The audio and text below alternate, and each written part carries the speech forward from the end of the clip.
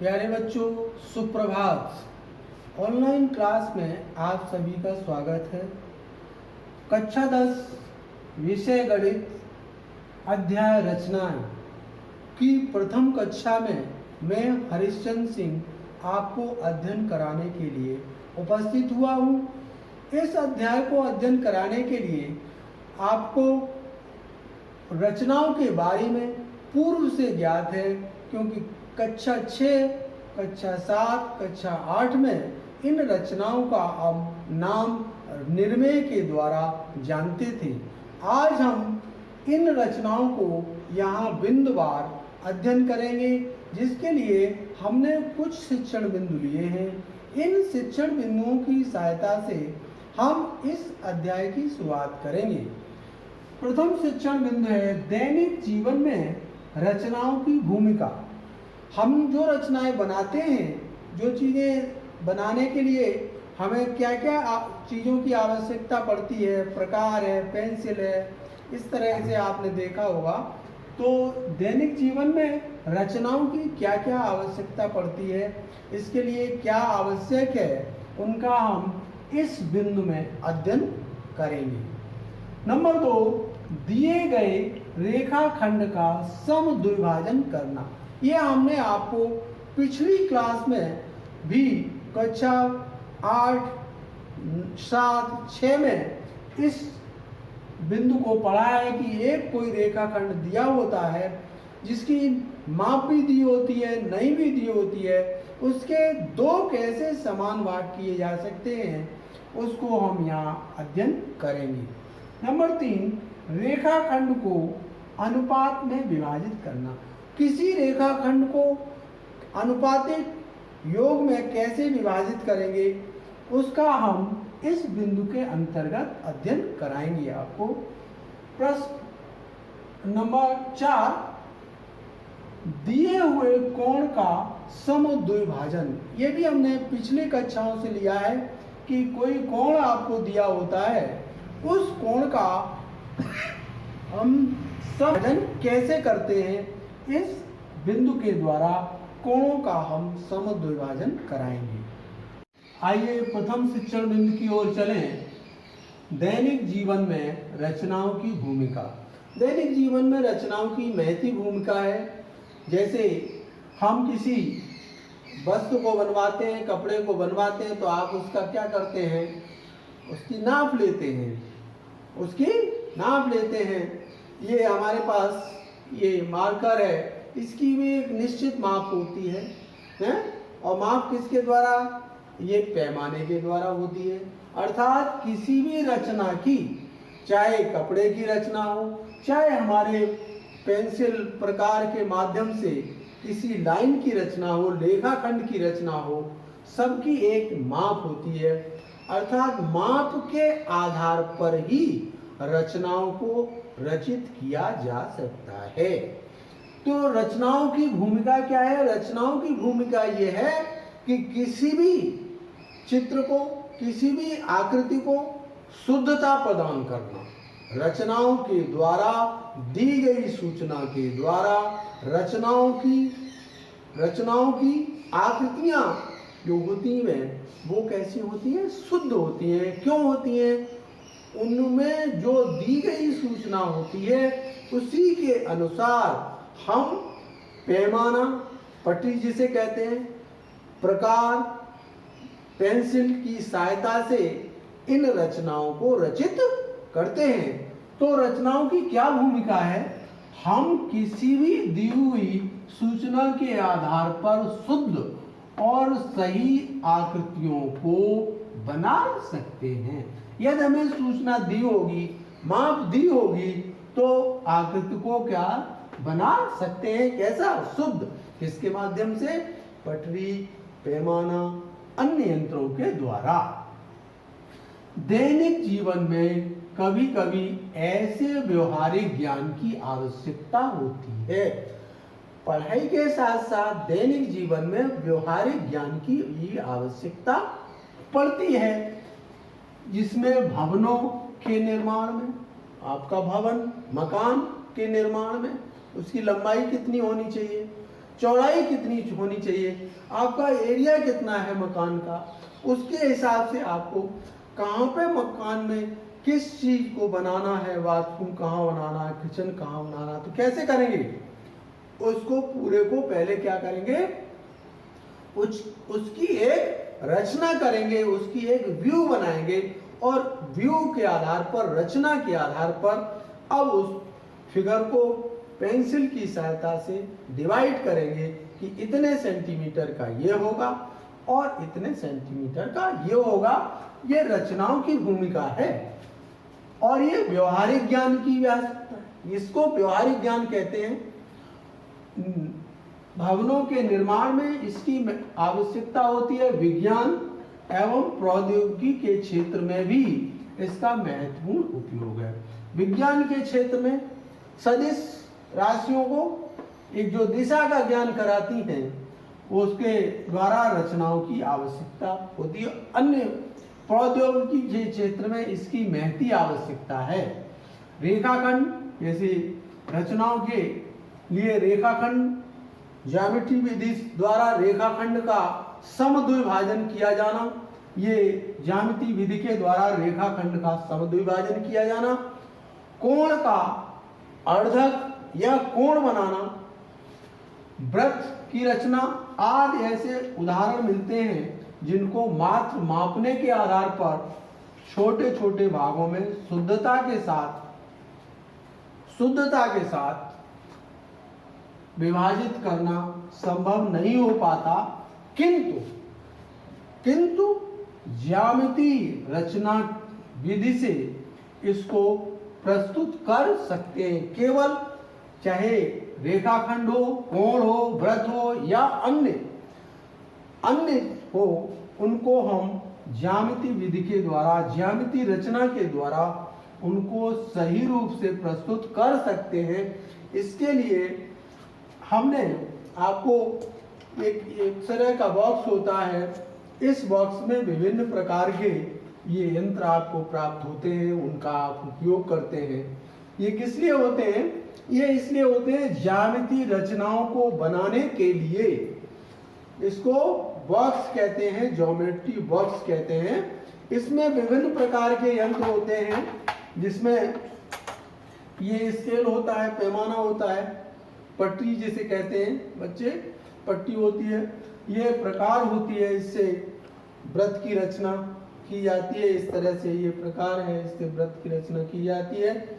और इसमें इस तरह से पेंसिल को एडजस्ट कर लेते हैं, जितने सेंटीमीटर की हमें त्रिज्या लेनी है उसको पैमाने के द्वारा यहाँ पर उसको मेजर कर लेते हैं और वृत्त की रचना सही रूप से कर लेते हैं। इस प्रकार से ये सभी, ये कोण की रचना के लिए है, इसमें सिंगल दिए हुए हैं।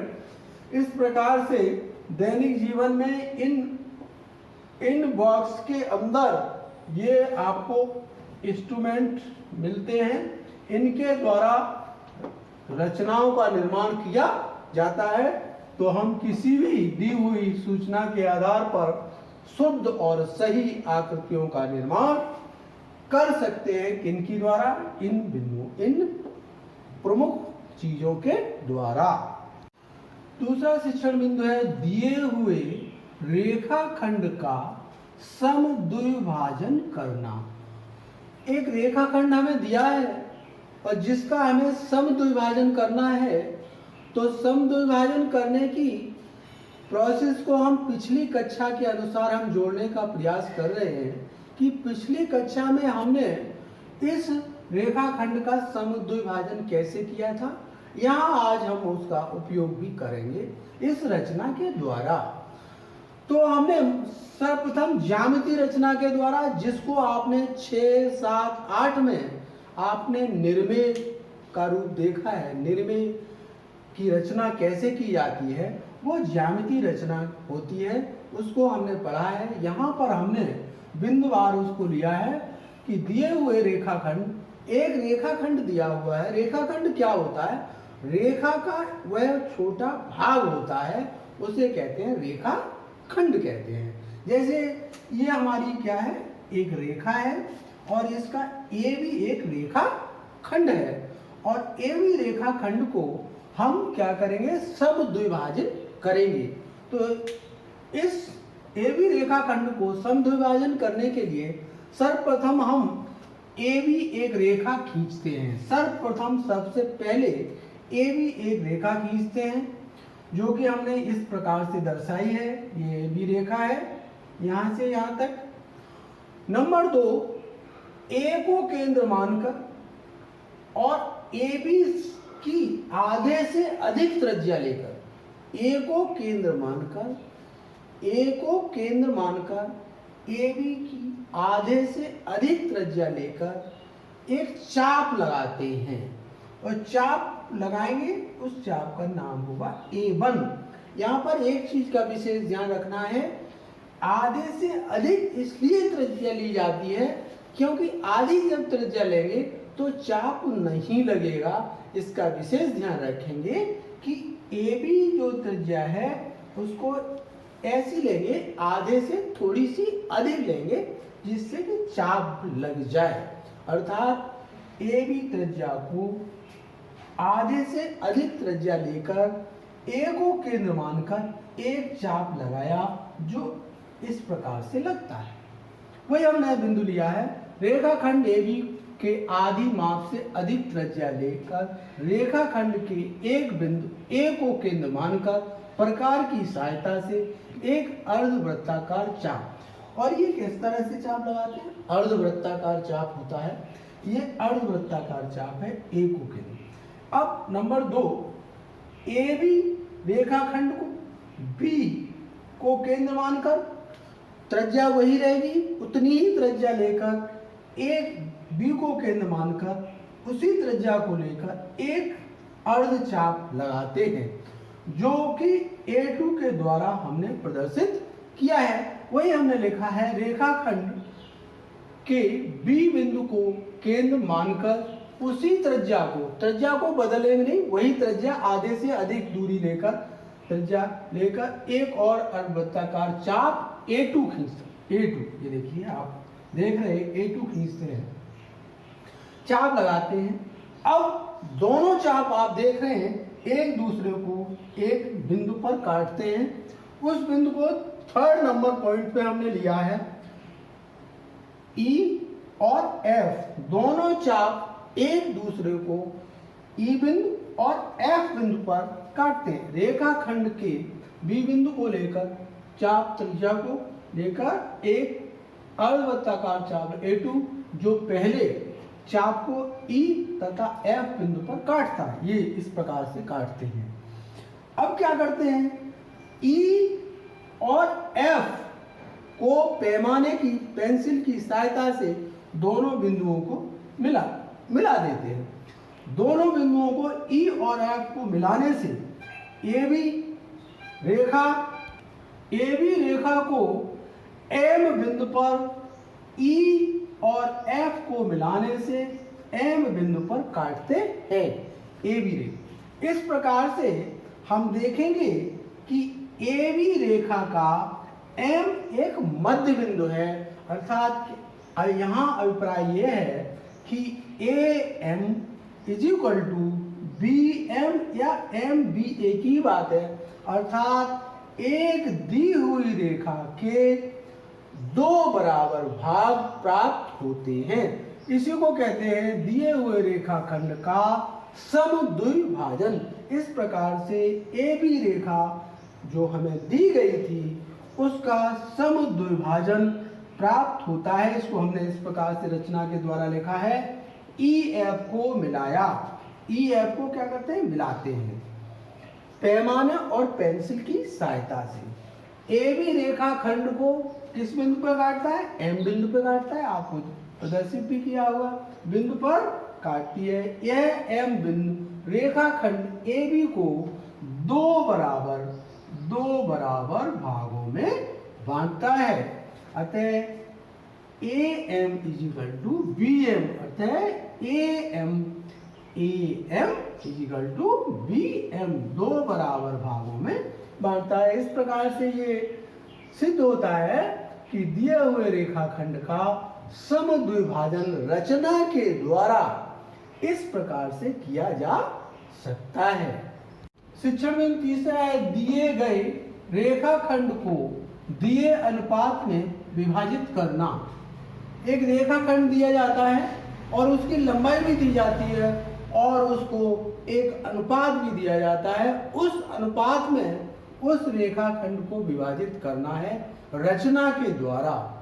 तो एक प्रश्न के तौर पे रेखाखंड की लंबाई है 7.6 सेंटीमीटर, इसे 5:8 में विभाजित करना है। इस रचना को हमें करना है, विभाजित करना है। तो हमने रचना के विभिन्न बिंदुओं को लिया है, ज्यामितीय विधि से इसकी रचना की है। सर्वप्रथम एक रेखाखंड AB लेते हैं जिसकी लंबाई पैमाने की सहायता से 7.6 सेंटीमीटर खींच लेते हैं। यहाँ पे हमने लिया है AB जिसकी लंबाई पैमाने की सहायता से 7.6 सेंटीमीटर खींचा। A को केंद्र मानते हुए एक न्यून कोण बनाती हुई हमने रेखा खींची, न्यून कोण बनाती हुई रेखा खींची AP। यहां पे अनुपात आपका दिया हुआ 5:8, अर्थात इस अनुपात का योग करें तो यह अनुपात प्राप्त होता है 13, अर्थात AP रेखा को 13 समान भागों में प्रकार की सहायता से, स्केल पैमाने की सहायता से बिंदुवार हमने प्रदर्शित किया है। AP1, P2, P3, P4, P5, P6, P7, P8, P9, P10, P11, P12, P13। इस अनुपात को हमने प्लस करके उसको 13 भाग समान भागों में विभाजित कर लिया है। यही हमने इसको लिखा है।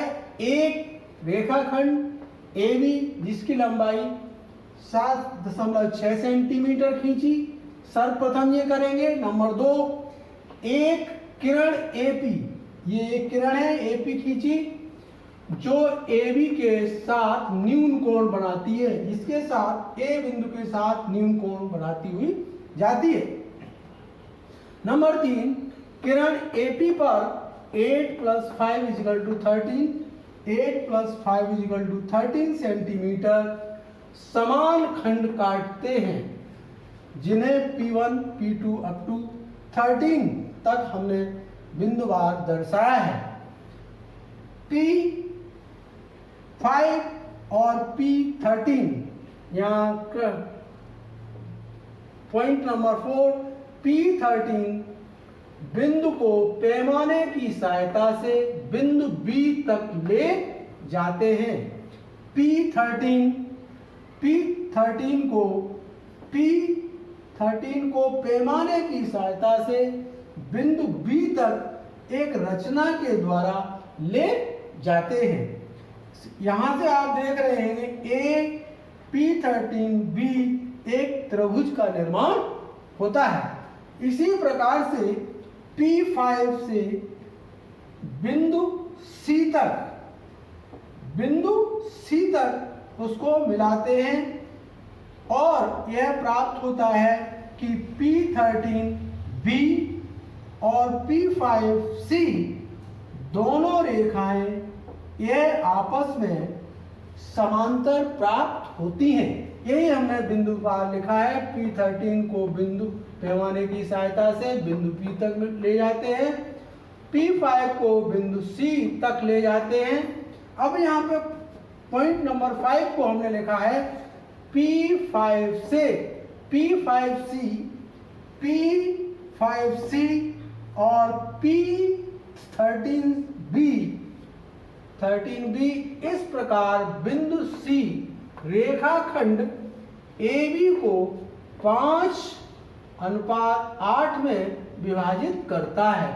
दोनों रेखाखंडों को मापने पर, इन दोनों रेखाखंडों को यदि मापें तो मापने के लिए हमने एक यहाँ पर एक सूत्र के माध्यम से हमने ज्ञात किया है। कुल लंबाई 7.6 सेंटीमीटर है। इसके 8 भाग यहाँ पर दिए हैं, 8 और कुल भाग है 13, तो 7.6 इंटू 18/13 इजिकल टू 4.67 सेंटीमीटर प्राप्त होती है, जो कि यहाँ पर हमने दर्शाया है। इसी प्रकार से 7.6 इंटू दूसरा भाग है 5/13 इजिकल टू 2.9 सेंटीमीटर प्राप्त होती है, जिसको हमने यहाँ पर दर्शाया है। इसी प्रकार से CP5 और BP13 दोनों आपस में पैरेलल हैं, इसलिए AC/CB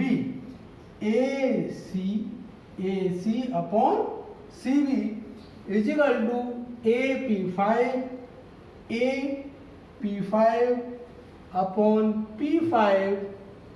P5 into P13 is equal to 5/8, अर्थात AC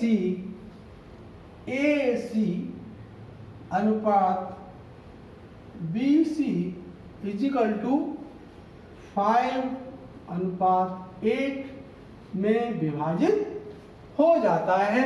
इस प्रकार से किसी भी दिए गए रेखाखंड को उसके अनुपात में विभाजित करने के लिए ज्यामिति रचना के द्वारा इस प्रकार हम विभाजित कर लेते हैं। अगला शिक्षण बिंदु है दिए हुए कोण का समद्विभाजित करना। एक कोई कोण दिया है जिसके कोण को हमें रचना के द्वारा समद्विभाजित करना है। ये दिया है कोण ABC दिया है। कोण को कैसे लिखते हैं? इस प्रकार से लिखते हैं ABC का समद्विभाजन करना। कोण का समद्विभाजन करना, हमने कोण लिया है ABC, इस प्रकार से कोण है।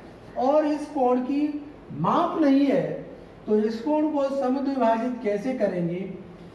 यहाँ पर कोण का B शीर्ष बिंदु है, कोई शीर्ष बिंदु है, इसको केंद्र मान के प्रकार की सहायता से, पेंसिल की सहायता से B को केंद्र मानकर कोई सुविधाजनक त्रिज्या लेकर, ये नहीं ज्यादा त्रिज्या लेंगे, सुविधाजनक त्रिज्या लेकर B को केंद्र मानकर एक चाप लगाते हैं। यहां पर देखें, इस चाप लगाने से यहां पर AB और BC को दो बिंदुओं पर यह चाप काटता है। हमने AB बिंदु को P बिंदु दिया है, P बिंदु पर काटता है, और BC को यह Q बिंदु पर काटता है। ये दो हमें बिंदु प्राप्त हो गए। अब बिंदु P को केंद्र मानकर एक चाप लगाते हैं। यहां पर चाप को ध्यान रखेंगे, इस बात का विशेष ध्यान रखेंगे, जो आपने यहाँ पर चाप लिया है उसी चाप को रख सकते हैं, उसी त्रिज्या को रख सकते हैं। और या इस त्रिज्या को नहीं रखना चाहते तो आप इस त्रिज्या को लेके PQ की त्रिज्या को लेंगे और चाप लगाएंगे। अब यहाँ पर चाप लगाने का हमने आपको पहले तरीका बताया, किस तरह से लगाते हैं। इसकी आधे से अधिक दूरी लेंगे, PQ के आधे से अधिक दूरी को हम लेंगे प्रकार में, और यहाँ पर P को केंद्र मानकर एक यहाँ पर चाप लगा देते हैं। इस तरह से चाप, उसी चाप को लेकर, उसी दूरी को लेकर Q को केंद्र मानकर एक चाप यहाँ लगा देते हैं।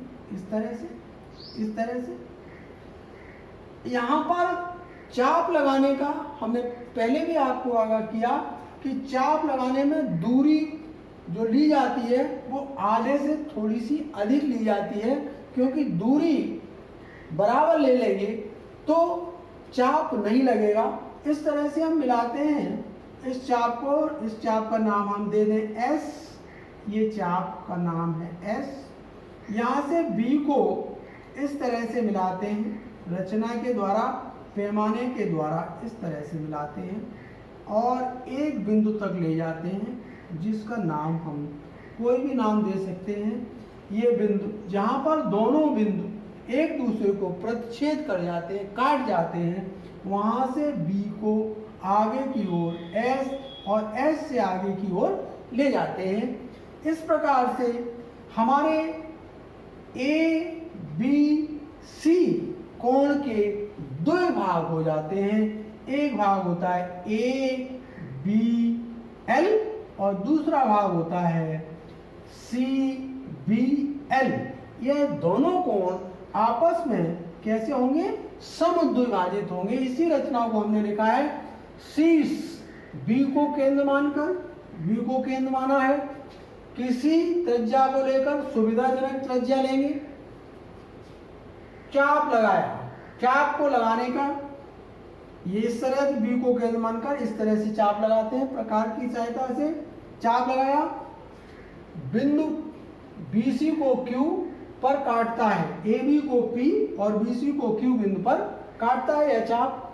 P और Q को केंद्र मानकर, पहले P को केंद्र मानकर एक चाप लगाते हैं इस तरह से, फिर Q को केंद्र मानकर एक चाप लगाते हैं इस तरह से। यह दोनों बिंदु एक दूसरे पर एक बिंदु S पर आपस में काट जाते हैं, यानी काटते हैं, इंटरसेक्ट करते हैं। इस प्रकार से हम बिंदु B और S को पैमाने की सहायता से आगे की ओर बढ़ाते हैं और इतना बढ़ाते हैं कि L बिंदु तक ले जाते हैं। ये हमने देखा, L तक ले जाते हैं। यही रेखाखंड BL ये रेखाखंड हमें प्राप्त होता है।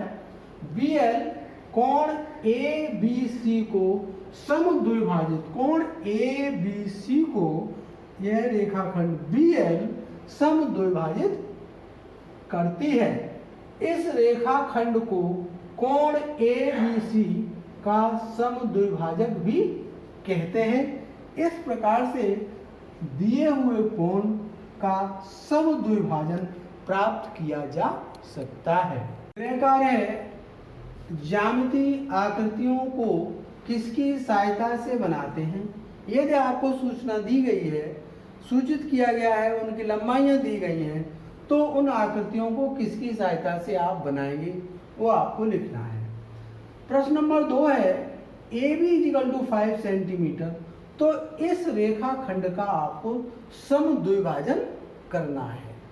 प्रश्न नंबर 3, AB रेखाखंड को 3:5 के अनुपात में विभाजित करो। 3:5 के, अर्थात ये अनुपात आपको दिया है 3:5 को। एक रेखाखंड AB है जिसके अनुपात क्या है? 3:5 है। उसको हम विभाजित करेंगे। इस प्रकार से ये आपको हमने जो अध्ययन कराया उसी के अंतर्गत ये प्रश्न आते हैं।